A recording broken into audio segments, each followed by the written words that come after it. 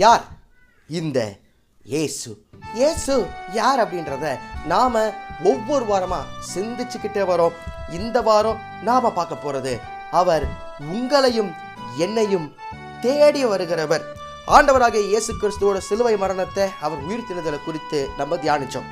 இயேசு உயிர்த்தெழுந்த பிறகு அவருடைய சீஷர்கள் எல்லாம் ஒரு மேலறையில் அமர்ந்திருக்கிறாங்க.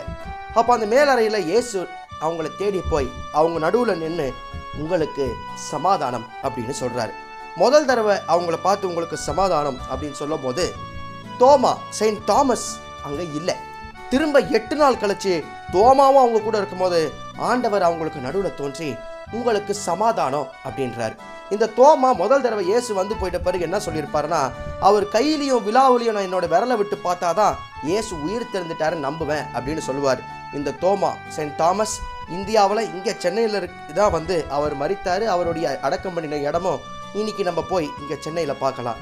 அந்த தோமா தான் சொன்னார், அவர் கையிலையும் விழாவிலையும் நான் விரலை விட்டாதான் நம்புவேன்.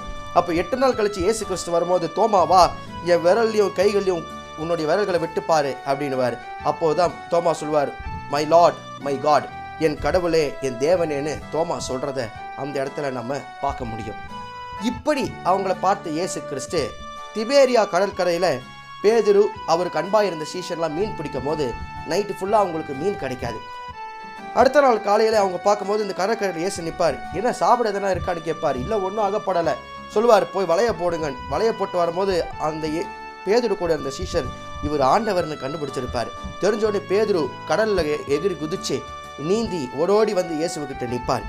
அப்போ இயேசு பேதுருவிட்ட கேட்பார், யோனாவின் குமாரனாகிய சீமோனே, நீ என்னை நேசிக்கிறாயா அப்படின்னு 3 தடவை கேட்பார். பேதுரு சொல்வார், ஆமா ஆண்டவரே, நான் நேசிக்கிறேன்றது உங்களுக்கு தெரியுமே அப்படின்னோடனே, என் ஆடுகளை மேய்ப்பாயாக, என் பின்னாடி வான்னு சொல்லி இயேசு கிறிஸ்து சொல்லியிருப்பார்.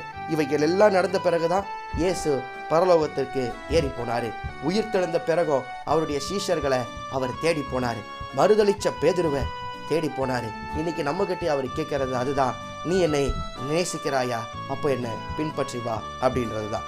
இயேசு கிறிஸ்து நம்மை அண்டிக்கொண்ட யாவரையும், என்ன தப்பு செஞ்சிருந்தாலும் சரி, முன்னாடி எப்படி இருந்தாலும் சரி, இயேசுவை விட்டுட்டு வந்திருந்தாலும் சரி, அவர் நம்மளை தேடி வருகிறவராக இருக்கிறார். என்ன வெளிப்படுத்தின விசேஷம் சொல்லுது, இப்போ அவர் வாசப்படையில் நின்று கதவை தட்டி கொண்டு இருக்கிறார்.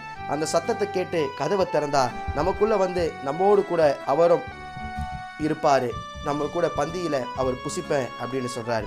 இன்னைக்கு அவருக்கு இருதயத்தை திறக்க நாம் ஆயத்தமாக இருக்கிறோமா அப்படின்றத சிந்திச்சு பார்ப்போம். அடுத்த வாரம் இயேசு யாருன்றத இன்னொரு தலைப்பில் சிந்திக்கலாம்.